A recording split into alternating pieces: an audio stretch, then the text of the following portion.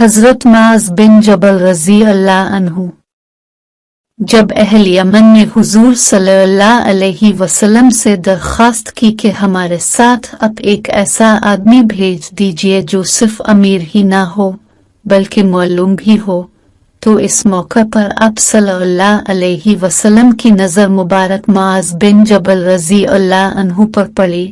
چنانچہ اپنے ان کو اشارہ کر کے بلایا اور کہا کہ اے معاذ، تم یمن چلے جاؤ، تمہاری وہاں ضرورت ہے۔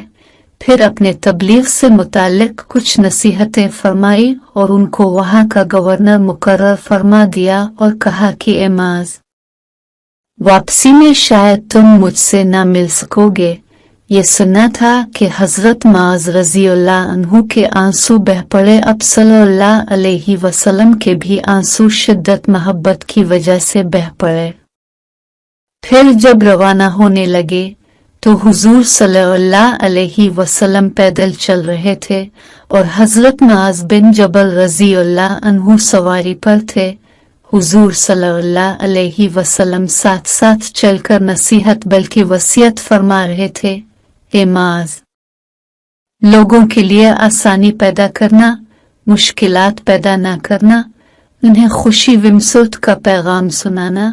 ایسی کوئی بات نہ کرنا جس سے انہیں دین سے نفرت ہو جائے۔ اس سفر کا منظر بھی عجیب تھا کہ محبوب پیدل چل رہے تھے اور محب سوار۔ جی ہاں، حضور صلی اللہ علیہ وسلم پیدل تھے اور معاذ بن جبل رضی اللہ عنہ گھوڑے پر سوار تھے۔ اس وقت سرکار دو عالم صلی اللہ علیہ وسلم کتنے خوش تھے،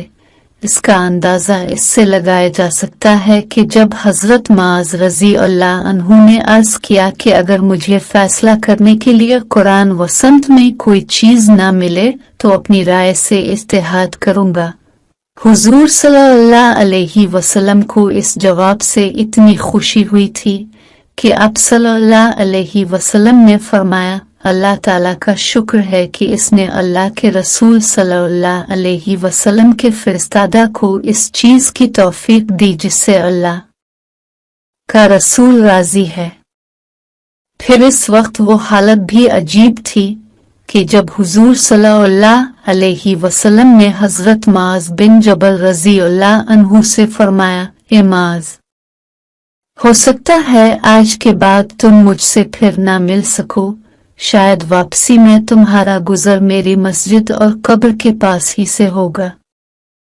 یہ سنا تھا کہ اس عاشق صادق کے پاؤں سے زمین نکل گئی اور زار و قطع رونے لگے، چنانچہ یہی ہوا کہ جب حضرت معاذ رضی اللہ عنہ یمن سے واپس آئے تو سرکار دو عالم صلی اللہ علیہ وسلم دنیا سے پردہ فرمو چکے تھے۔